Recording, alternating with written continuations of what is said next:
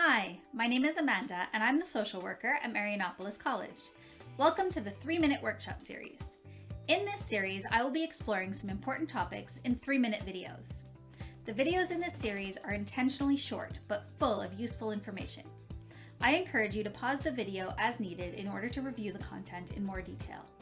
If you are looking for more information on any of the topics in the series, or the support services I offer, please visit marianopolis.edu/respectfulcommunity. This 3-minute workshop will explore the concept of sexual consent. Simply put, consent is permission for something to happen or an agreement to do something.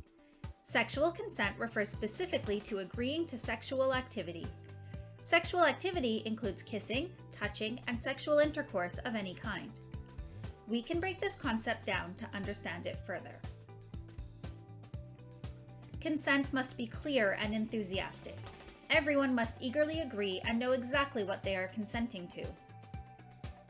Consent is obtained in person and before a sexual activity starts. It then remains part of an ongoing conversation that takes place throughout sexual contact. Consent can only be given when everyone is able to make a rational and reasonable decision. Someone who is intoxicated or sleeping, for example, cannot give consent. Consent also depends on how old you and the other person are, and whether there is a position of vulnerability. Vulnerability refers to one person being in a position of authority or in a position of financial control over the other. Additionally, sexual activity in exchange for goods or money with someone under the age of 18 can result in charges of sexual exploitation of a minor. If we take these components together, we can understand sexual consent as a mutual, respectful, affirmative, and reversible communication of yes. So what does consent actually sound like? Take a moment to review some of the ways you can ask for consent before and during sexual contact. Here are some examples of what you might hear when the other person provides a verbal, consensual yes.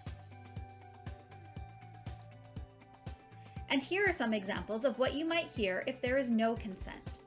Remember that consent must be enthusiastic and active. People communicate with more than just words. In addition to verbal indicators, you should pay attention to the body language of your partner. Here are some examples of what body language might indicate.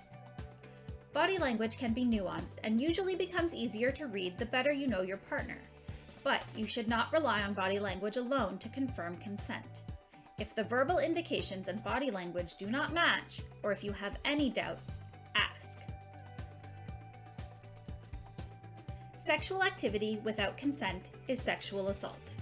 So ask for consent, keep asking, and respect the answer. Thank you for watching this 3-minute workshop. Please check out marianopolis.edu/respectfulcommunity for more of my content.